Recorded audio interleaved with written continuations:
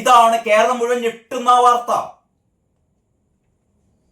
മന്ത്രിസഭാ വാർഷികം, ജില്ലതോറും 7 ദിവസത്തെ മേള തിങ്കളാഴ്ച കാസർഗോട്ട് നിന്നാരംഭിക്കുകയാണ്. 1 മാസത്തിലേറെ നീണ്ടു നിൽക്കുന്ന പിണറായി വിജയന്റെ മാമാങ്കം കേരളമാകെ കത്തുമ്പോൾ, കേരളമാകെ നീറിപ്പുകയുമ്പോൾ, കേരളമാകെ പട്ടിണി കൊണ്ട് ഇല്ലാതെയാകുമ്പോൾ, നിങ്ങൾക്കറിയാലോ ആശാസമരം 70 ദിവസം, 71ാമത്തെ ദിവസമാണ്. ആ പട്ടിണി സമരം 32ാമത്തെ ദിവസമാണ്. അങ്ങനെ ഈ ഒരുപക്ഷെ ഇത് ഇന്ത്യയുടെ ചരിത്രത്തിൽ സ്ത്രീകളുടെ ഇത്തരത്തിലുള്ള സഹന സമരം നിങ്ങളുടെ ഓർമ്മയിലുണ്ടോ? ഒന്ന് ആലോചിച്ച് നോക്കുക. സെക്രട്ടേറിയറ്റ് പഠിക്കൽ ഈ സംസ്ഥാനത്തെ ഏറ്റവും അശരണരായ അമ്മമാരും സഹോദരിമാരും കഴിഞ്ഞ രണ്ടര മാസമായി പട്ടിണി സമരം തുടങ്ങിയത് ഈ 31 ദിവസം, കഴിഞ്ഞ 1 മാസത്തിലേറെയായി പട്ടിണി സമരം, കഴിഞ്ഞ 2 മാസത്തിലേറെയായി രാപ്പകൽ സമരം നടത്തിക്കൊണ്ടിരിക്കുകയാണ്. എന്തിനു വേണ്ടിയിട്ടാണ്? 232 രൂപ. ഞങ്ങൾക്ക് ഒരു ദിവസം കിട്ടുന്നത് 232 രൂപ മാത്രമാണ്. ഇതുകൊണ്ട് എങ്ങനെ ജീവിക്കും? ഇതാണ് ചോദ്യം. കേരളത്തിലെ മുഖ്യമന്ത്രി എന്ന് പറയുന്ന ഇത്രയും ക്രൂരനായ ആ ഭരണാധികാരിയുടെ മുഖത്ത് നോക്കി പാവപ്പെട്ട അമ്മമാർ ചോദിക്കുകയാണ്, അല്ലയോ മുഖ്യമന്ത്രി, നിങ്ങളുടെ പറക്കാത്ത ഹെലികോപ്റ്ററിന് 2.25 കോടി കൊടുക്കാൻ നിങ്ങൾക്കുണ്ട്. നിങ്ങളുടെ നീന്തൽ കുളത്തിന് മാസാമാസം 10-15 ലക്ഷം രൂപ നിങ്ങൾക്ക് ചെലവാക്കാം. നിങ്ങളുടെ ക്ലിഫ് ഹൗസ് മോടി കൂട്ടാൻ നിങ്ങൾക്ക് ലക്ഷങ്ങൾ ചെലവഴിക്കാം. നിങ്ങളുടെ മന്ത്രിമാർക്ക് 100 കോടി രൂപ, അറിയിക്കും നിങ്ങൾ, 100 കോടി രൂപയാണ് പുത്തൻ കാറുകൾ വാങ്ങാൻ വേണ്ടി KN ബാലഗോപാൽ എന്ന് പറയുന്ന അധമനായ എന്ന് തന്നെ പറയട്ടെ ഒരു ധനകാര്യമന്ത്രി വകയിരുത്തിയിരിക്കുന്നത്. കണ്ണിൽ ചോരയുള്ളവർ ചെയ്യുമോ? ഇവിടെ സാമൂഹിക പെൻഷൻ 100 രൂപ കൂട്ടാൻ പറ്റില്ല. 1600 രൂപ എന്ന് പറയുന്ന സാമൂഹിക പെൻഷൻ ഈ പറയുന്ന 4ാം വർഷവും തുടരുകയാണ്. ഞങ്ങൾ ഇത് 2500 രൂപയാക്കുമെന്നൊക്കെയാണ് പ്രകടന പത്രികയിൽ പറഞ്ഞിരുന്നത്. പക്ഷെ ഇതാ 4 വർഷം പിന്നിട്ടിട്ടും 1600 രൂപ എന്ന് പറയുന്നതിൽ നിന്ന് 10 രൂപ കൂട്ടാൻ സർക്കാരിന് കഴിഞ്ഞിട്ടില്ല. 3 മാസത്തെ പെൻഷൻ കുടിശ്ശികയായി കിടക്കുകയാണ്. കെട്ടിട നിർമ്മാണ തൊഴിലാളികൾ പോലുള്ള ഈ ക്ഷേമനിധി പെൻഷനുകൾ 1.5-2 വർഷമായി മുടങ്ങിക്കിടക്കുകയാണ്. കോടികളാണ് വക മാറ്റി ചെലവഴിച്ചിരിക്കുന്നത്. എന്നിട്ടാണ് ഇവിടെ ആദിവാസി കുട്ടികളുടെ സ്കോളർഷിപ്പ് മുടങ്ങി. ആദിവാസി കുട്ടികൾക്ക് പഠിക്കാൻ പറ്റുന്നില്ല. ആദിവാസി കുട്ടികൾ പഠനം നിർത്തുന്നു. പാചക തൊഴിലാളികൾക്ക് പണം കൊടുക്കുന്നില്ല. കർഷക തൊഴിലാളികളാകെ അവരുടെ നെല്ലിന്റെ പൈസ കൊടുക്കുന്നില്ല. ആശുപത്രികളിൽ മരുന്നില്ല. ഡയാലിസിസ് രോഗികൾ മരിച്ചുകൊണ്ടിരിക്കുന്നു. സിവിൽ സപ്ലൈസിൽ കോടികൾ വിതരണക്കാർക്ക് കൊടുക്കാൻ ബാക്കി കിടക്കുന്നു. എണ്ണി പറഞ്ഞാൽ കേരളം ഇതുപോലെ മുടിഞ്ഞു പോയൊരു കാലം കേരളത്തിന്റെ ചരിത്രത്തിൽ ഉണ്ടായിട്ടില്ല. എന്നിട്ട് അപ്പോഴാണ് ബാലഗോപാൽ പറയുന്നത് മന്ത്രിമാർക്ക് പറക്കാൻ 100 കോടിയുടെ കാറുകൾ, പുത്തൻ കാറുകൾ വേണം. ഇനി 1 വർഷമേ ബാക്കിയുള്ളൂ. ഇനി 1 വർഷം കൂടിയേ ബാക്കിയുള്ളൂ പിണറായി സർക്കാരിന്റെ ഈ 2ാം വട്ട പിണറായി സർക്കാരിന്. അങ്ങനെയുള്ള ഒരവസ്ഥയിൽ ഇതുകൂടി പിണറായി സർക്കാരിന്റെ 4ാം വാർഷികം, ജില്ലതോറും 7 ദിവസത്തെ മേളയാണ് കൂട്ടരെ വരുന്നത്. ഓരോ ജില്ലയിലും 14 ജില്ലകളിലും ഓരോ ജില്ലയിലും 7 ദിവസം നീണ്ടു നിൽക്കുന്ന മേള. ഈ മേള എന്തിന്? ആർക്ക്? 232 രൂപ ഒരു ദിവസം വേതനം കിട്ടുന്ന ആശയോട് പറയുന്നു, ആശ അത് മതി, ഒരു ദിവസം നിങ്ങൾക്ക് 232 രൂപ മതി. പക്ഷെ ഞങ്ങളുടെ മുഖ്യമന്ത്രിയുടെ വാഴ്ത്തുപാട്ടുകൾ ഇതാ നിങ്ങൾ കേൾക്കാൻ പോകുന്നു.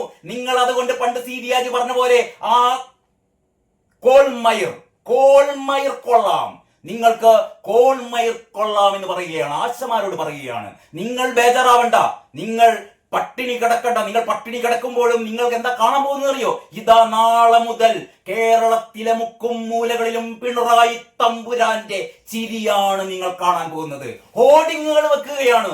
ഏറ്റവും വലിയ ഹോർഡിങ്ങുകൾ 20 കോടി രൂപയാണത്രേ കൊടുത്തിരിക്കുന്നത്. കേരളം മുഴുവൻ പിണറായി വിജയൻ ചിരിക്കുന്ന പിണറായി വിജയനെ കാണാം. പട്ടിണി കിടക്കുന്ന മക്കളോട് അമ്മമാർ പറയണം, മക്കളെ അതാ പിണറായി തമ്പുരാൻ ചിരിക്കുന്ന പിണറായി തമ്പുരാനെ നോക്കി നിന്നാൽ നിങ്ങളുടെ പട്ടിണി മാറുമെന്ന് ആശാവർക്കർമാർ അവരുടെ മക്കളോട് നാളെ പറയും. മക്കളെ, വിശക്കുന്നോ വിശക്കുന്നോ മക്കളെ നോക്കൂ, പിണറായി തമ്പുരാൻ ചിരിക്കുന്നു, ചിരിക്കുന്ന പിണറായി തമ്പുരാൻ നോക്കൂ, അപ്പോൾ നിങ്ങളുടെ വിശപ്പ് മാറും എന്ന് ആശകൾ പറയുന്ന ഒരു കാലത്തേക്കാണ് നമ്മൾ പോകുന്നത്. അല്ലെങ്കിൽ ആശമാരെ കൊണ്ട് അങ്ങനെ പറയിപ്പിക്കുന്ന ഒരു കാലത്തേക്കാണ് നമ്മൾ പോകുന്നത്. അപ്പൊ നാളെ മുതൽ സംഭവിക്കാൻ പോകുന്ന കേരളത്തില് ഇതുപോലെ നെറികെട്ട, ഇതുപോലെ ഇതിന് വിശേഷിപ്പിക്കാൻ എനിക്ക് വാക്കുകളില്ല. ഇതാണ് മനോരമ ഉള്ളിലെ പേജിൽ ഇങ്ങനെ പറയുന്നത്. അതായത് 100 കോടിയുടെ ആഘോഷം, 100 കോടിയുടെ ആഘോഷം. മറ്റൊരു പത്രവും ഇത് രേഖപ്പെടുത്തിയിട്ടില്ല, പക്ഷെ മനോരമ ഉള്ളിൽ രേഖപ്പെടുത്തുന്നു. എന്തുകൊണ്ട്? ഇത് മനോരമയുടെ 1-ാം പേജിൽ, അല്ലെങ്കിൽ എല്ലാ പത്രങ്ങളുടെയും 1-ാം പേജിൽ അച്ചടിച്ചു വരേണ്ടതാണ്, അച്ചടിച്ചു വരേണ്ടതാണ്. ഇതാണ് വാർത്ത, ഇതാണ് കേരളം കാണേണ്ട വാർത്ത. 100 കോടി രൂപ. നിങ്ങൾക്കൊരു കണക്കറിയോ?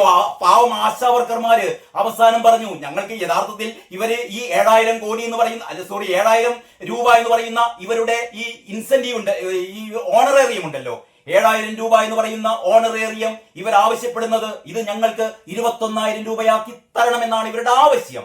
പക്ഷെ ഇവർ അവസാനം ഇവർ ഗതികെട്ടിട്ട് ഇവർ പറയുന്ന അതൊരു 10,000 രൂപ തന്നെങ്കിലും ഒന്ന് ആദ്യമാക്കി തരൂ, എന്നിട്ട് പിന്നെ നിങ്ങൾ കമ്മിറ്റിയൊക്കെ വെച്ചോ, പിന്നെ നിങ്ങൾ കമ്മിറ്റിയൊക്കെ വെച്ചോ, പക്ഷെ ഞങ്ങൾക്ക് ഈ 7000 എന്ന് പറയുന്നത് തൽക്കാലം നിങ്ങൾ 10,000 ആക്കിത്താ.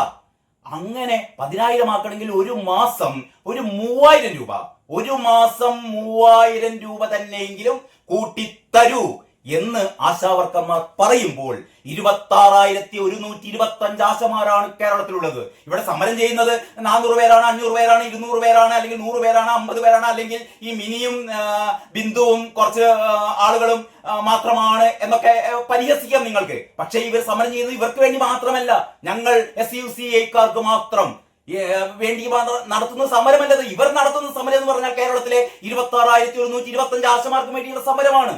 ഈ നമ്മുടെ ഒരു പടുമരം ഉണ്ടല്ലോ, പടുമരത്തിന്റെ നേതൃത്വത്തിലുള്ള തൊഴിലാളി യൂണിയനുകൾക്ക് വേണ്ടിയിട്ട്, അതല്ലെങ്കിൽ മറ്റൊരു ചന്ദ്രശേഖരനുണ്ടല്ലോ, ഈ പിണറായിന്റെ കാല് നിൽക്കുന്ന അത്തരത്തിലുള്ള ആൾക്കാരുടെ കൂടെയുള്ള ആശാവർക്കർമാർക്കും വേണ്ടി തന്നെയാണ് ഇവർ സമരം ചെയ്യുന്നത്. അങ്ങനെ സമരം ചെയ്യുന്ന ഈ ആശാവർക്കർമാർക്ക് അവർക്ക് 232 രൂപ മതി. ഒരു 3000 രൂപ, 7000 എന്ന് പറയുന്നത് ഒരു 10,000 ആക്കാൻ കൂടി ഇവർക്ക് പറ്റില്ല. നിങ്ങളൊന്ന് ആലോചിക്കണം. 2014 ഇത് പറയുന്ന, ഇതിനെ ന്യായീകരിക്കുന്ന, പിണറായി വിജയന്റെ ഈ ക്രൂരതയെ ന്യായീകരിക്കുന്ന ഒരുപാട് അന്തം കമ്മികളുണ്ട്. ഈ അന്തം കമ്മികളോട് എനിക്ക് ഒറ്റ കാര്യമാണ് ചോദിക്കാനുള്ളത്. 2014 ഡിസംബർ മാസം 8-ാം തീയതി അന്ന് ഭരിക്കുന്നത് പിണറായി വിജയനല്ല, അന്ന് ഭരിക്കുന്നത് ഉമ്മൻചാണ്ടിയാണ്. ഉമ്മൻചാണ്ടി ഭരിക്കുന്ന കാലത്ത് നിങ്ങളുടെ പടുമരം ഈ നിയമസഭയിൽ ഒരു സബ്മിഷൻ ഉന്നയിച്ചിരുന്നു. എന്താണെന്നറിയോ? ആശാവർക്കർമാരുടെ ഈ ഓണറേറിയം 10,000 രൂപയാക്കണം. 2014 പടുമരം ആവശ്യപ്പെട്ടതാണ്. ഇവിടെ ആശാവർക്കർമാരുടെ ഓണറേറിയം 10,000 രൂപയാക്കി തരണം എന്ന് 2014 ആവശ്യപ്പെട്ടതാണ് കേട്ടോ. 2025 ആ 10,000 എങ്കിലും അന്ന് പടുമരം ആവശ്യപ്പെട്ട ആ 10,000 രൂപ അന്നൊന്നും കേന്ദ്രം എന്ന് പറഞ്ഞ് മുറവിളി കൂട്ടിയിട്ടില്ല. ഇപ്പൊ മനസ്സിലായി, കേന്ദ്രമല്ല ഓണറേറിയം തരേണ്ടത് എന്ന് എല്ലാവർക്കും അറിയാം. അന്തം കമ്മികൾ കൊഴിച്ച് ബാക്കി എല്ലാവർക്കും അറിയാം. അപ്പോ ഒരു 3,000 രൂപ തന്നെങ്കിലും കൂട്ടിത്തരൂ എന്ന് ആശമാര് പറയുമ്പോൾ, അങ്ങനെയാണ് ഒരു 3,000 രൂപ ഇവർക്ക് കൂട്ടിക്കൊടുത്താൽ എന്താണ് ഒരു കൊല്ലം, ഒരു വർഷം 26,125 ആശമാർക്ക് ഒരു മാസം 3,000 രൂപ വീതം കൂട്ടിക്കൊടുത്താൽ ഒരു വർഷം നിങ്ങൾക്ക് വേണ്ടത് 100 കോടിയിൽ താഴെ രൂപ മാത്രമാണ്. എന്ന് പറഞ്ഞാൽ നിങ്ങൾക്ക് മന്ത്രിമാർക്ക് പുത്തൻ കാറുകൾ വാങ്ങേണ്ട 100 കോടി ഈ ആശമാർക്ക് കൊടുത്തു കഴിഞ്ഞാൽ ഈ പാവങ്ങൾ ഇവർ തൽക്കാലം ഇവരുടെ സമരം തീരും. തൽക്കാലം ഇവർക്ക് ഒരു ചെറിയൊരു ആശ്വാസമായി. പക്ഷെ കൊടുക്കില്ല. ഞങ്ങൾ ആശമാർ പട്ടിണി കിടന്ന് ചത്താലും, ഈ സമരം ചെയ്യുന്ന 400 ആശമാർ നടു റോഡിൽ പട്ടിണി കിടന്ന് ചത്താലും പിണറായി വിജയനും വീണ ജോർജും ചില്ലി കാശ് കൊടുക്കില്ല. ഇതാണ് ധാർഷ്ട്യം, ഇതാണ് ക്രൂരത, ഇതാണ് നടന്നുകൊണ്ടിരിക്കുന്നത്. ഇങ്ങനെ ഇരിക്കവെയാണ് 100 കോടിയുടെ ആഘോഷം നടത്താൻ പോകുന്നു. നിങ്ങൾ ഞെട്ടിയില്ലേ? 100 കോടി വെച്ചിട്ട് ഈ പിണറായി സർക്കാർ, ഞാൻ നേരത്തെ പറഞ്ഞ പോലെ ആശുപത്രിയിൽ മരുന്നില്ല, സിവിൽ സപ്ലൈസിൽ സാധനങ്ങളില്ല, പാചക തൊഴിലാളികൾ കൊടുക്കാൻ പൈസയില്ല, കുട്ടികൾക്ക് സ്കോളർഷിപ്പിന് പൈസയില്ല, ചികിത്സക്ക് പൈസയില്ല, ആകെ ആകെ സംസ്ഥാനം കടക്കണിയിൽ മുട്ടി നിൽക്കുമ്പോൾ 6 ലക്ഷം കോടിയോളം പൊതുകടം വർദ്ധിച്ചുകൊണ്ടിരിക്കുമ്പോ 100 കോടി എന്തിനെന്നറിയോ? പിണറായി വിജയന്റെ വൃത്തികെട്ട മുഖം, ആ വൃത്തികെട്ട ചിരി, ആ വൃത്തികെട്ട കൊലച്ചിരി നാട് നീളെ പ്രദർശിപ്പിക്കാൻ. ഒന്നും തോന്നുന്നില്ല നിങ്ങൾക്ക്? ഈ മനുഷ്യന്റെ ചിത്രം, ഈ മനുഷ്യന്റെ കൂറ്റൻ ഹോർഡിങ്ങുകൾ നാളെ മുതൽ നമ്മുടെ തെരുവീതികളിൽ നിറയുകയാണ്. ഇതിനു വേണ്ടിയിട്ടാണ് 20 കോടി, ഇതിനു വേണ്ടി 20 കോടി. പിന്നെ കഴിഞ്ഞ തവണയൊക്കെ നടത്തിയ പോലെ കേരളീയം, നവകേരള, ആകെ ഇല്ലാത്തത് ഈ നവകേരള ബസ് എന്ന് പറയുന്ന ദുസ്സഹനം പിടിച്ചൊരു ബസ് ഉണ്ടായിരുന്നല്ലോ. AK ബാലൻ ഈ കാഴ്ച ബംഗ്ലാവിൽ കൊണ്ടുവെക്കണം എന്നൊക്കെ പറഞ്ഞ നമ്മുടെ AK ബാലൻ എന്ന് പറഞ്ഞിരുന്നു. ആ ബസ് ഇപ്പൊ ഇവിടെ ഉണ്ട് എന്ന് പോലും നമുക്കറിയില്ല. അങ്ങനെ ബസ്സിന്റെ കെട്ടുകാഴ്ചയൊക്കെ പോയി. ഇപ്പോ അതിനു പകരം എന്റെ കേരളം എന്ന് പറയുന്ന, ശരിക്കും എന്റെ കേരളം എന്ന് കേൾക്കുമ്പോൾ നമ്മുടെ മനസ്സിൽ പണ്ട് രവീന്ദ്രന്റെ ആ മനോഹരമായ ഒരു ഏഷ്യാനെറ്റൊക്കെ സംപ്രേഷണം ചെയ്ത ഒരു കേരളത്തിന്റെ തനത് ജീവിതം ഒപ്പിയെടുത്ത ആ ഒരു ആകർഷകമായ പരമ്പരയാണ് മനസ്സിൽ വരുന്നത് കേട്ടോ. ആ പരമ്പരയെ പോലും തച്ചുടച്ചുകൊണ്ട് എന്റെ കേരളം എന്ന പേരിൽ ഒരു ഭീമൻ തട്ടിപ്പ് പരിപാടി പിണറായി വിജയൻ തുടങ്ങാൻ വേണ്ടി പോവുകയാണ്. നമ്മുടെ പൈസ എടുത്തിട്ട്, ഇത് നമ്മുടെ പൈസ.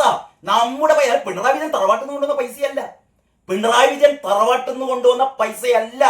എന്റെയും നിങ്ങളുടെയും നികുതി കാശെടുത്തിട്ട് 100 കോടി രൂപക്കാണ് ഈ മാമങ്കം നടത്താൻ പോകുന്നത്. ആർക്ക് വേണ്ടിയിട്ടാണ്? വരാനിരിക്കുന്ന പൊതു തെരഞ്ഞെടുപ്പിൽ, വരാനിരിക്കുന്ന 2026 നിയമസഭാ തെരഞ്ഞെടുപ്പിൽ, അല്ലെങ്കിൽ അതിനു മുമ്പ് നടക്കാൻ പോകുന്ന പഞ്ചായത്ത് തെരഞ്ഞെടുപ്പിൽ LDFന് ഇടതുപക്ഷ മുന്നണിക്കുള്ള പ്രചരണ മാമാങ്കമാണ് നമ്മുടെ ചെലവിൽ ഇതാ നാളെ മുതൽ നടത്താൻ പോകുന്നത്. ആർക്കും ഒരു പ്രശ്നമില്ലേ? ആശാവർക്കേഴ്സിന് 232 രൂപ മതി. 10 പൈസ കൂട്ടാൻ പറ്റില്ല, പൈസ ഇല്ല. പക്ഷേ മുഖ്യമന്ത്രിയുടെ ചിരിക്കുന്ന മുഖം, വലിയ കൂറ്റൻ ബോർഡുകൾ, 500 എണ്ണം, 500 അല്ല, ഇതൊരു 5000 10,000 ആയി മാറും. നിങ്ങൾ നോക്കിക്കോ, വരുന്ന ഒരു മാസത്തിനുള്ളിൽ കേരളത്തിന്റെ എല്ലാ തെരുവുകളിലും ഈ മനുഷ്യൻ കൊലച്ചിരിയുമായിരിക്കുന്നു കാണും. കേരളം ആകെ എന്താ പറയാ, രോമാഞ്ച കഞ്ചുകമണിയും. അതൊന്നുമല്ല, എന്റെ മനസ്സിൽ പണ്ട് സീതിയാജി പറഞ്ഞ ആ വാക്കേ വരുന്നുള്ളൂ. ആ വാക്കിന്റെ പകുതിയല്ല ഞാൻ പറയുന്നത്, ആ വാക്കിന്റെ മുഴുവനാണ് ഞാൻ പറയുന്നത്. കോൾമയർ കൊള്ളും ജനങ്ങൾ മുഴുവൻ എന്നാണ് ഇവർ മനസ്സിലാക്കിയത്. അതാണ് വാർത്ത. 100 കോടിയുടെ ആഘോഷം എന്താണെന്നറിയോ? പന്തലിന് മാത്രം 42 കോടി. ഒരു ജില്ലയിലെ ശീതീകരണ പന്തലിന് 3 കോടി. 14 ജില്ലയിലും കൂടി 42 കോടിയുടെ ശീതീകരണ പന്തൽ. 71 ദിവസമായി നമ്മുടെ അമ്മമാരും സഹോദരിമാരും ഈ പൊരിവെയിലിൽ ചുട്ടുകൊള്ളുന്ന വെയിലിൽ സെക്രട്ടേറിയറ്റ് പഠിക്കൽ ഇവരെന്ത് ചെയ്യുന്നു അറിയോ? ഇവർ സമരം ചെയ്യുകയാണ്. അവരുടെ മുഖത്തേക്ക് കാർക്കിച്ച് തുപ്പുകയാണ് പിണറായി സർക്കാർ. ഇവരും ഇവരുടെ ചിങ്കിടികൾക്കും ഒരു ജില്ലയില് ഈ സമ്മേളനം നടത്താൻ, ഇത്തരത്തിലുള്ള മാമാങ്കം നടത്താൻ, ഒരു ജില്ലയിൽ 3 കോടിയുടെ പന്തൽ, 42 കോടി ശീതീകരണ പന്തലിന് മാത്രം 42 കോടി നിർമ്മാണ ചുമതല ഊരാളുങ്കൽ സൊസൈറ്റിയുടെ കീഴിലുള്ള സ്ഥാപനത്തിന്, ഊരാളുങ്കൽ സൊസൈറ്റിക്ക് കൂടിയല്ല, അതിന്റെ കീഴിലുള്ള ഒരു ഇത്തരത്തിലുള്ള ഒരു സ്ഥാപനത്തിന്. അതിനാണ് ഈ പന്തലിന്റെ ചുമതലയത്രേ.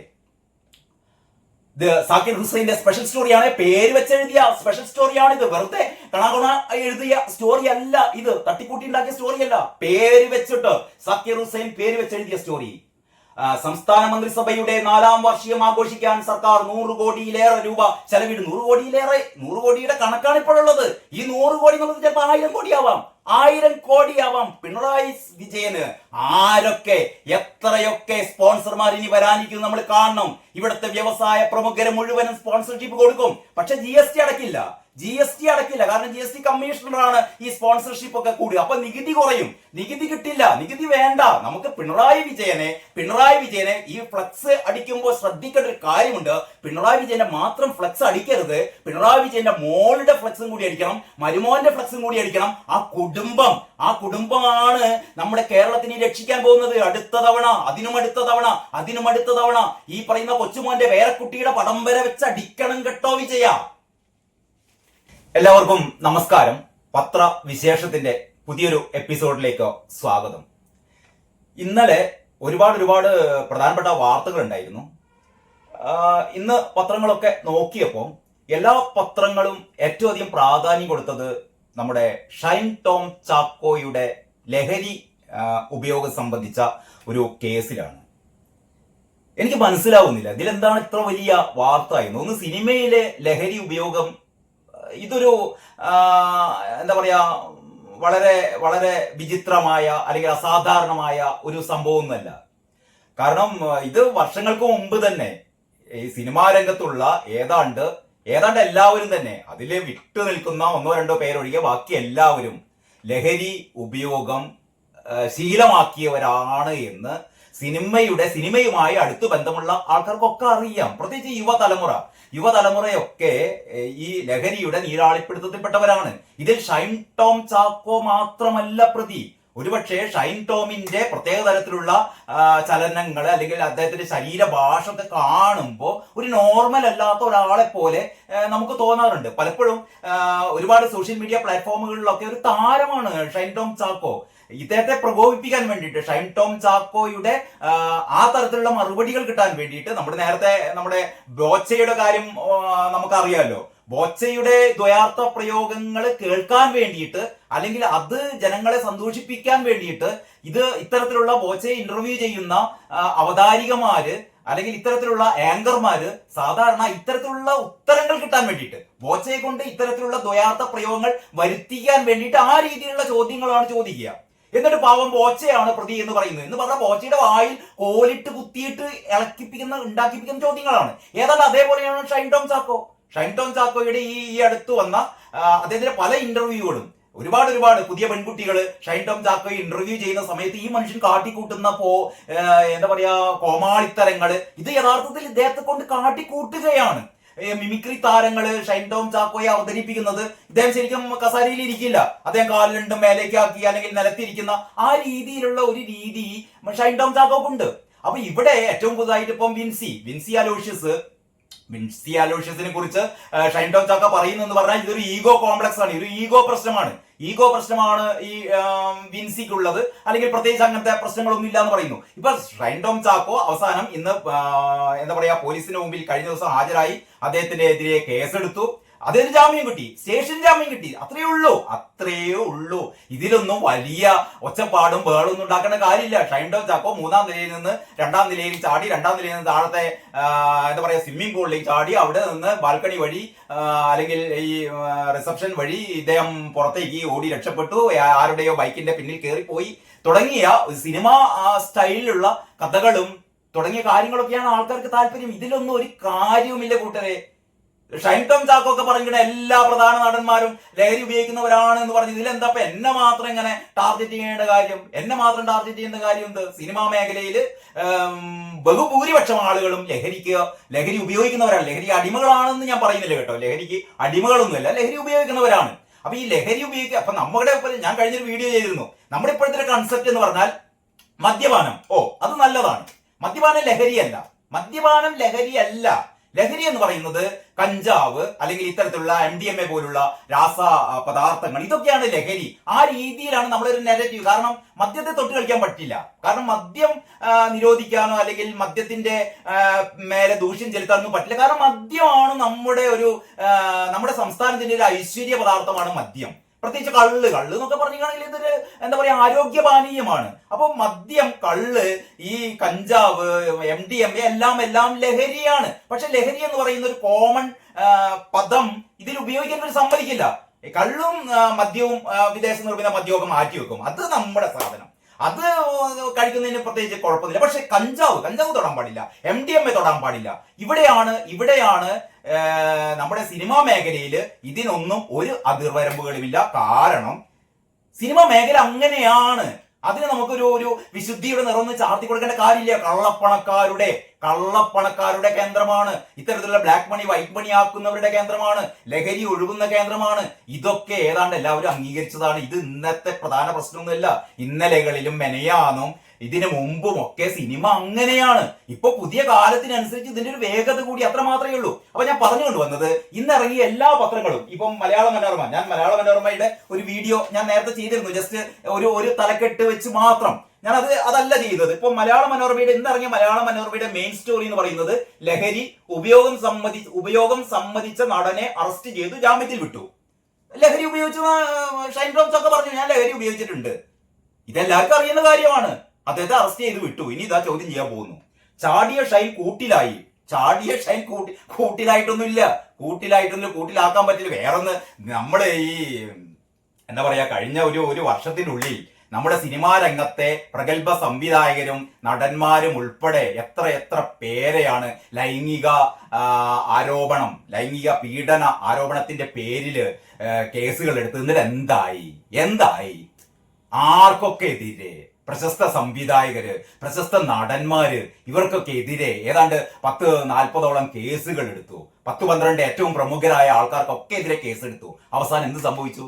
ഒന്നും സംഭവിച്ചില്ല. ഇതൊന്നും എവിടെ എത്തില്ല.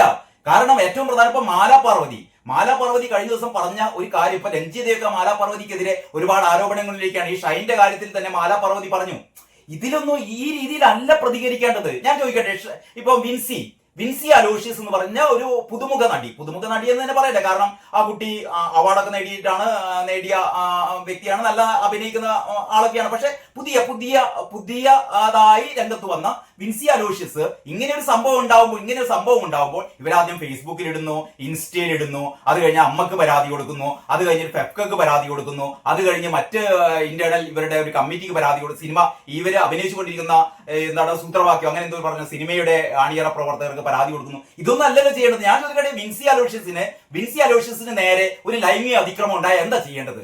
വിൻസി അലോഷ്യസ് പോട്ടെ, ഇവിടുത്തെ ഒരു പെൺകുട്ടിക്ക് നേരെ ഒരു ലൈംഗിക അതിക്രമം ഉണ്ടായാൽ എന്താ ചെയ്യേണ്ടത്? അതിനാണ് ഇവിടുത്തെ പോലീസ്. ഇവർക്ക് പോലീസ് സ്റ്റേഷനിൽ ഇവർ കംപ്ലൈന്റ് രജിസ്റ്റർ ചെയ്യേണ്ടതാണ്. ഇന്നേവരെ ഇതുവരെ ചെയ്തിട്ടില്ല. വിൻസി അലോഷ്യസ് പറയുന്നത് എനിക്ക് അതിൽ താല്പര്യമില്ല. എനിക്ക് ഞാൻ ആർക്കെതിരെയാണോ പരാതി കൊടുത്തത് അയാളുടെ പേര് വരെ എനിക്ക് പറയാൻ എന്താ പറയാ താല്പര്യമില്ല എന്ന് പറയുന്നു. പിന്നെ എന്ത് പരാതിയാണ്? അതാണ് നമ്മുടെ മാലാപാർവതി പറഞ്ഞത്. ചില കാര്യങ്ങളൊക്കെ നമ്മള് എല്ലാറ്റിനും കയറി അടിക്കാൻ പോയാൽ ഇത് നടക്കില്ല. കാരണം കാലം മാറി.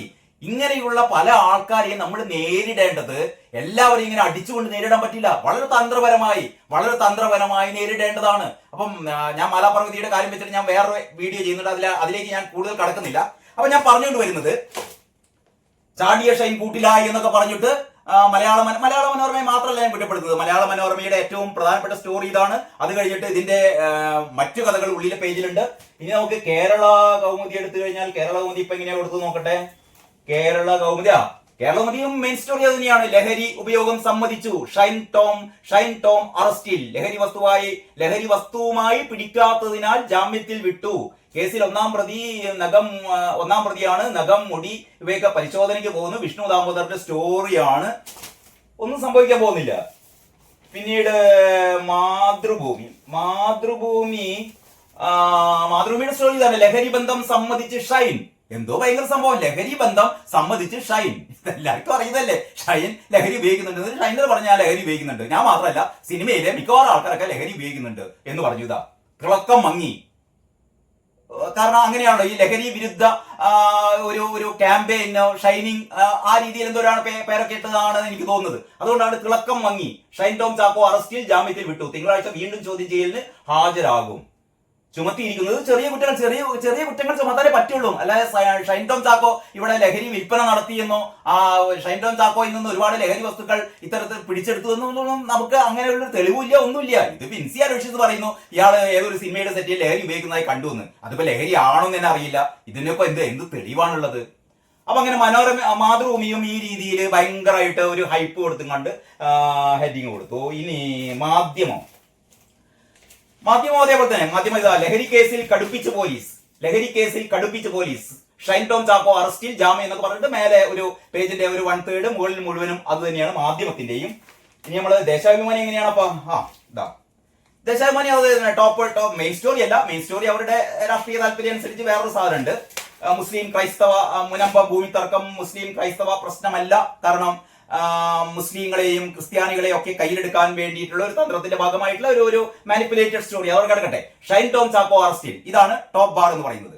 അപ്പൊ ഞാനിവിടെ എല്ലാ പത്രങ്ങളും ഇങ്ങനെ ഷൈൻ ടോം ചാക്കോയുടെ ഒരു കാര്യം എടുത്ത് അവതരിപ്പിക്കുമ്പോ ഏറ്റവും പ്രധാനപ്പെട്ട ചില വാർത്തകൾ, ഞെട്ടിപ്പിക്കുന്ന ചില വാർത്തകൾ, പല പത്രങ്ങളും അത് കൈകൊണ്ട് തൊട്ടിട്ടില്ല, പല പത്രങ്ങളും കൈകൊണ്ട് തൊട്ടിട്ടില്ല. പക്ഷെ മലയാള മനോരമ ആ വാർത്ത ഉള്ളിൽ കൊടുത്തിട്ടുണ്ട്. പക്ഷെ മാതൃഭൂമി ഒന്നും അത് വാർത്ത മാതൃഭൂമിയിലില്ല, മറ്റു പത്രങ്ങളിലൊന്നും ആ രീതിയിൽ കണ്ടില്ല. ഒരു പക്ഷേ ഇന്നത്തെ ഞെട്ടിപ്പിക്കുന്ന വാർത്ത എന്ന് പറഞ്ഞാൽ ജാക്കറ്റ് പേജായിട്ട് ഇറക്കേണ്ട, അല്ലെങ്കിൽ ഏറ്റവും വലിയ ഇന്നേ വരെ എഴുതിയ ഏറ്റവും വലിയ തലക്കെട്ടിൽ കൊടുക്കേണ്ട വാർത്തയാണ് മനോരമ ഇത് 7ാം പേജിൽ കൊടുത്തിട്ടുണ്ട്. എല്ലാവരും കാണുന്നുണ്ട് എന്ന് വിചാരിക്കുന്നു. ആ വാർത്ത ഇങ്ങനെയാണ്: സംസ്ഥാന മന്ത്രിസഭയുടെ 4ാം വാർഷികം ആഘോഷിക്കാൻ സർക്കാർ 100 കോടിയിലേറെ രൂപ ചെലവിടും. നാളെ കാസർഗോഡ് ആരംഭിച്ച് മെയ് 23-ന് തിരുവനന്തപുരത്ത് അവസാനിക്കുന്ന വിധമാണ് എല്ലാ ജില്ലയിലും എന്റെ കേരളം എന്ന പേരിൽ 7 ദിവസത്തെ പ്രദർശന വിപണന മേളകൾ സംഘടിപ്പിച്ചിരിക്കുന്നത്. പ്രദർശന വിപണന മേളകൾ എന്ത് പ്രദർശിപ്പിക്കാനാടോ വിജയ എന്നാണ് ഇവിടുത്തെ ജനങ്ങൾ ചോദിക്കുന്നത്. നീയൊക്കെ എന്ത് മണ്ണാങ്കട്ടയാണ് പ്രദർശിപ്പിക്കാൻ പോകുന്നത്? ഇവിടെ പട്ടിണി കിടക്കുന്ന ഈ ആശാവർക്കർമാരെയാണോ പ്രദർശിപ്പിക്കാൻ പോകുന്നത്? സ്കോളർഷിപ്പ് കിട്ടാതെ പഠനം മുടങ്ങിപ്പോയ ആദിവാസി കുട്ടികളെയാണോ പ്രദർശിപ്പിക്കാൻ പോകുന്നത്? ചികിത്സ കിട്ടാതെ മരിക്കുന്ന മെഡിക്കൽ കോളേജിലെ ഈ രോഗികളെയാണോ പ്രദർശിപ്പിക്കാൻ വേണ്ടി പോകുന്നത്? കൃഷി ചെയ്യാനാവാതെ, നെല്ലിന്റെ സംഭരണ വില കിട്ടാതെ കൃഷി ചെയ്യാനാവാത്ത കർഷകരുടെ വേദനയാണോ പ്രദർശിപ്പിക്കാൻ വേണ്ടി പോകുന്നത്? എന്താ പ്രദർശിപ്പിക്കാൻ വേണ്ടി പോകുന്നത്? ഇതല്ലാതെ പിന്നെ എന്താ കേരളം? എന്താണ് കേരളത്തിലുള്ളത്? ഇതൊക്കെ പ്രദർശിപ്പിക്കാനാണ് ഈ കൂറ്റൻ പന്തൽ ഒരുങ്ങുന്നത്. ശീതീകരണ പന്തൽ, ശീതീകരിച്ച ജർമ്മൻ ഹാങ്ങറുകളാണ്, അതാണ് അതിന്റെ പേര് കേട്ടോ, കൂറ്റൻ പന്തലുകൾ പരിപാടികൾക്കായി നിർമ്മിക്കുന്നത്. ഇവയുൾപ്പെടെ അടിസ്ഥാന സൗകര്യങ്ങൾ ഒരുക്കുന്നതിന് ചുമതല ഊരാളുങ്കൽ ലേബർ സൊസൈറ്റിയുടെ കീഴിലുള്ള കൊല്ലം ചവറയിലെ Indian Institute of Infrastructure and Construction ആണ്. അതായത് IIIC എന്നാണ് ആ നിർമ്മാണ കമ്പനിയുടെ പേര്. ഇതിനായി ഓരോ ജില്ലയിലും കിഫ്ബി 3 കോടി രൂപ വീതം IIICക്ക് നൽകും. കിഫ്ബി ഓരോ ജില്ലയിലും 3 കോടി രൂപ വീതം നൽകും എന്ന് പറഞ്ഞാൽ 3 × 14 = 42 കോടി കിഫ്ബി അങ്ങോട്ട് നൽകും. കിഫ്ബിക്ക് ആരാ പൈസ കൊടുക്കുക? പിണറായി വിജയന്റെ തറവാട്ട് നല്ല കിഫ്ബിക്ക് പൈസ കൊടുക്കുക. കിഫ്ബി കടമാകുന്ന എല്ലാ പൈസയും നമ്മുടെ പോക്കറ്റിൽ നിന്നാണ് പോകുന്നത്. എന്താ എന്ന് പറഞ്ഞാൽ നാളെ മുതൽ നടക്കുന്ന ഈ മാമാങ്കം നമ്മുടെ പോക്കറ്റിൽ കൈയിട്ട് പിടിച്ച് വാങ്ങുകയാണ്. ഒന്ന് ആലോചിച്ച് നോക്കണം നിങ്ങൾ. മൂന്നാം തവണയും അധികാരത്തിലേറാൻ സമ്മതിക്കുമോ? ഇവിടുത്തെ വീട്ടമ്മമാർ സമ്മതിക്കുമോ? ബുദ്ധിക്ക് സ്ഥിരതയുള്ള ആരെങ്കിലും സമ്മതിക്കുമോ?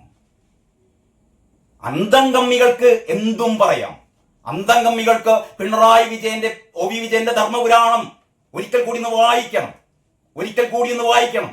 പ്രജാപതിയുടെ തീട്ടക്കണ്ടികൾക്ക് ചുറ്റിലും ആ തീട്ടക്കണ്ടികളുടെ മാധുര്യം നുണയാൻ വേണ്ടിയിട്ട് എന്താ പറയാ തിരക്ക് കൂട്ടുന്ന അന്തംകമ്മികളുടെ ചിത്രം അതിലുണ്ട്. അത്തരത്തിലുള്ള അന്തംകമ്മികളാണ് ഇവിടെ. ബാക്കി ഞാൻ പറയുന്നില്ല. നിങ്ങൾ OV വിജയൻ വർഷങ്ങൾക്ക് മുമ്പ് തന്നെ ഏകാധിപത്യത്തിന്റെ അല്ലെങ്കിൽ ഇത്തരത്തിലുള്ള പ്രജാപതിമാരുടെ ഇത്തരത്തിലുള്ള ഭരണാധികാരികളുടെ ധാർഷ്ട്യത്തെക്കുറിച്ച് അല്ലെങ്കിൽ അവരുടെ ഇത്തരത്തിലുള്ള നെറികേടുകളെ കുറിച്ച് അറിഞ്ഞിരുന്നു. അദ്ദേഹം ഭാവനയിൽ കണ്ടത് ഒരുപക്ഷെ അദ്ദേഹം ഇന്ന് ജീവിച്ചിരിപ്പുണ്ടായിരുന്നെങ്കിൽ ആ ഭാവനയെ മറികടക്കുന്ന രീതിയിലുള്ള പ്രവർത്തനങ്ങളാണ് ഇപ്പൊ നടന്നുകൊണ്ടിരിക്കുന്നത്. ഇനി ബാക്കി ഈവന്റ് മാനേജ്മെന്റ് കമ്പനികളുടെ കൺസോർഷ്യമാണ് സൗകര്യങ്ങൾ ഒരുക്കുന്നത്. ഓരോ ജില്ലയിലെയും ചുമതല കൺസോർഷ്യം വിവിധ കമ്പനികൾക്ക് വീതിച്ച് നൽകിയിട്ടുണ്ട്. പരിപാടിയുടെ ഏകോപനം നിർവഹിക്കുന്ന ഇൻഫർമേഷൻ പബ്ലിക് റിലേഷൻസ് വകുപ്പ് ഓരോ ജില്ലയിലും 40 ലക്ഷം വീതം, ഓരോ ജില്ലയിലും വേറൊരു 40 ലക്ഷം വീതം 5.6 കോടി അനുവദിച്ചിട്ടുണ്ട്. പ്രത്യേക പവലിയൻ, കലാപരിപാടികൾ, ജില്ലാതല യോഗം, പ്രാദേശിക പ്രചാരണങ്ങൾ തുടങ്ങിയവയ്ക്കാണ് ഈ തുക. എന്ന് പറഞ്ഞാൽ 40 ലക്ഷം രൂപ വീതം കലാപരിപാടികൾക്കും മറ്റ് മീറ്റിങ്ങുകൾക്കും. ഈ മീറ്റിങ്ങുകൾ എന്താണ്? വാഴ്ത്തുപാട്ടുകൾ.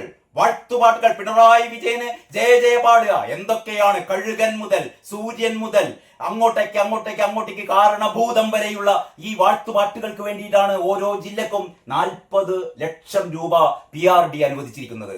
44, 56, 5 കോടി 6 ലക്ഷം രൂപ, 5.6 കോടി രൂപ അനുവദിച്ചിട്ടുണ്ട്. പ്രത്യേക പവലിയൻ, കലാപരിപാടികൾ, ജില്ലാതല യോഗം, പ്രാദേശിക പ്രചാരണങ്ങൾ തുടങ്ങിയവയ്ക്കാണ് തുക. ഈ പാലിൽ മുക്കിയ അണ്ടിപ്പരിപ്പ് പായസം തുടങ്ങിയൊക്കെ ഉണ്ടാവട്ടോ. ആരും അതൊന്നും ഇല്ലാന്ന് വിചാരിക്കേണ്ട. കഴിഞ്ഞ പ്രാവശ്യം നവകേരള സദസ്സിൽ വിളമ്പിയ പോലുള്ള അണ്ടിപ്പരിപ്പ് പായസവും അതൊക്കെ ഉൾപ്പെടെയാണ് ഈ ഓരോ ജില്ലക്കും വേണ്ടി അനുവദിച്ചിരിക്കുന്ന ഈ തുക. ജില്ലകളിലെ പ്രദർശന വിപണന മേളകളിൽ പങ്കെടുക്കാൻ സർക്കാർ വകുപ്പുകൾക്കും പൊതുമേഖലാ സ്ഥാപനങ്ങൾക്കും 7 ലക്ഷം വീതം ചെലവിടാൻ അനുമതിയുണ്ടോ? ഇനി അതുകൂടാതെ ഓരോ വകുപ്പുകൾക്കും 7 ലക്ഷം രൂപ വീതം ഓരോ ജില്ലയിലും ചെലവിടാനുള്ള അനുമതിയും കൊടുത്തിരിക്കുന്നു. ഇതനുസരിച്ച് ഒരു ജില്ലയിൽ സർക്കാർ വകുപ്പുകളും പൊതുമേഖലാ സ്ഥാപനങ്ങളും 3.5 കോടിയോളം ചെലവിടും. എല്ലാ ജില്ലകളിലും കൂടി ഈ വിഭാഗത്തിൽ ചെലവ് 49 കോടി വരും. പരസ്യ ബോർഡുകൾ സ്ഥാപിക്കാനായി 20.71 കോടി നീക്കിവെച്ചിട്ടുണ്ട്. ഞാൻ നേരത്തെ പറഞ്ഞ പോലെ പിണറായി വിജയന്റെ ഈ ചിരിക്കുന്ന മുഖം പ്രദർശിപ്പിക്കാൻ വേണ്ടി ഇപ്പൊ 20 കോടി 232 രൂപയാണ് 232 രൂപയാണ് ഒരു ദിവസം ഈ ആശാവർക്കർമാർക്ക് കിട്ടുന്നത്. ആ 232 എന്നുള്ളത് ഒരു 700 രൂപയാക്കണമെന്നാണ് ഇവരുടെ ആവശ്യം. അത് പോട്ടെ, ഞങ്ങൾക്ക് ഒരു 100-200 രൂപ തന്നെങ്കിലും കൂട്ടിത്തരുമെന്ന് അവസാനം ഇവർ പറയുന്നു. എന്ന് പറഞ്ഞാൽ 200, 300, 400 രൂപക്ക് വേണ്ടിയിട്ടാണ് ഈ പൊരിവെയിലത്ത് 70 ദിവസത്തിൽ കൂടുതൽ സഹനസമരം നടത്തുന്നത് ഈ ആശമാർ. അപ്പോഴാണ് പിണറായി വിജയൻ ചിരിക്കുന്ന മുഖം ഇവർക്ക് കാണാൻ വേണ്ടിയിട്ട് 20 കോടി, 20 അല്ല 20ന്റെ മേലെ കോടി കൂറ്റൻ ഹോൾഡിങ്ങുകൾ സ്ഥാപിക്കാൻ ഇന്ത്യയിൽ ഒരു സംസ്ഥാനത്തും ഇങ്ങനെ ഒരു തോന്നിവാസം കാണില്ല കേട്ടോ. എനിക്ക് വാർത്ത ഇനിയുണ്ട്. ഈ തൽക്കാലം ഇത്രേ പറയുന്നുള്ളൂ. ബാക്കി പത്രങ്ങളൊന്നും ഈ വിശദ വിവരങ്ങളൊന്നും കൊടുത്തിട്ടില്ല. ഒരുപക്ഷെ ഈ പത്രങ്ങൾക്ക് പരസ്യങ്ങൾ നാളെ മുതൽ കിട്ടി തുടങ്ങും. അപ്പോൾ ഈ പരസ്യങ്ങൾ കിട്ടാതിരിക്കേണ്ട എന്ന് വിചാരിച്ചിട്ട് പല പത്രങ്ങളും, മനോരമയ്ക്ക് പിന്നെ പ്രശ്നമില്ല, മനോരമയുടെ അത്രയും വായനക്കാർ മറ്റു പത്രങ്ങൾക്കൊന്നും ഇല്ലാത്തത് കൊണ്ട് മനോരമ എന്തെഴുതി കഴിഞ്ഞാലും മനോരമയ്ക്കുടേതായ പരസ്യങ്ങൾ കിട്ടും. അതൊരു വഴിക്ക് പോട്ടെ. അപ്പൊ ഞാൻ പറഞ്ഞുകൊണ്ടിരിക്കുന്നത്, നമ്മുടെ ഇവിടെ ഒരു പ്രതിപക്ഷം ഉണ്ടോ ഇവിടെ? ഈ വി ഡി സതീശനും കെ സുധാകരനും ഒക്കെ ഈ നാട്ടിലുണ്ടോ? അറിയാൻ ചോദിക്കുക. ഇങ്ങനെ എണ്ണി പറഞ്ഞ ആശാവർക്കർമാരുടെ സമരം ഒരു പ്രതീകമാണ്.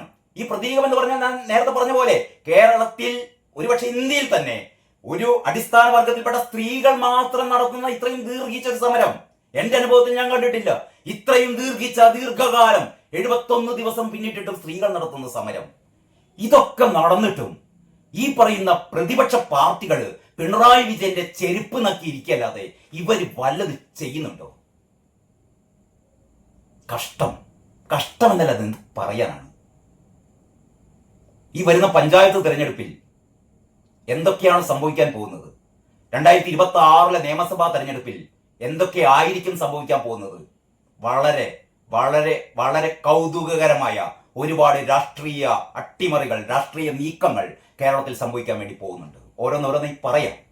ഏതായാലും തൽക്കാലം ഈ വീഡിയോ ഞാൻ ഇവിടെ അവസാനിപ്പിക്കുകയാണ്. കാരണം ഇതിൽ കൂടുതലായിട്ട് എനിക്കൊന്നും പറയാനില്ല. കാരണം ഈ തരത്തിലുള്ള അശ്ലീലം, കേരളം ഇന്നോളം കണ്ട ഏറ്റവും വലിയ അശ്ലീലം, ഏറ്റവും വലിയ അസംബന്ധം, ഏറ്റവും വലിയ ക്രൂരത, അതാണ് നാളെ മുതൽ അരങ്ങേറാൻ വേണ്ടി പോകുന്നത്. യൂത്ത് കോൺഗ്രസുകാർ കരിങ്കൊടിയുമായി ഇറങ്ങിയാൽ പഴയ രക്ഷാപ്രവർത്തനം ആരംഭിക്കും എന്നൊരു മുന്നറിയിപ്പ് കൂടി ഞാൻ തരികയാണ്. തലപൊട്ടി ചോരയൊഴുകേണ്ട. പിണറായി വിജയൻ പറയും, ഞാനൊന്നുമേ കണ്ടിട്ടില്ല, ഞാൻ അറിഞ്ഞിട്ടില്ല, കണ്ടിട്ടില്ല. പക്ഷെ അടി പൊട്ടും, തല പൊട്ടും, പലരുടെയും ജീവൻ പോകും. എന്നാലും പിണറായി വിജയൻ ചിരിക്കും.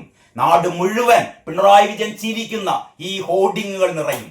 അങ്ങനെ അത് കണ്ട് നമ്മൾ ആനന്ദ തുന്തിലതരാകാം, ആനന്ദ നിർഭരരായി നമുക്ക് ഇനിയുള്ള കാലം ജീവിക്കാം എന്ന് ഒരിക്കൽ കൂടി ആവർത്തിച്ചുകൊണ്ട് ഞാൻ ഈ വീഡിയോ ഇവിടെ അവസാനിപ്പിക്കുകയാണ്. എല്ലാവർക്കും നന്ദി, നമസ്കാരം.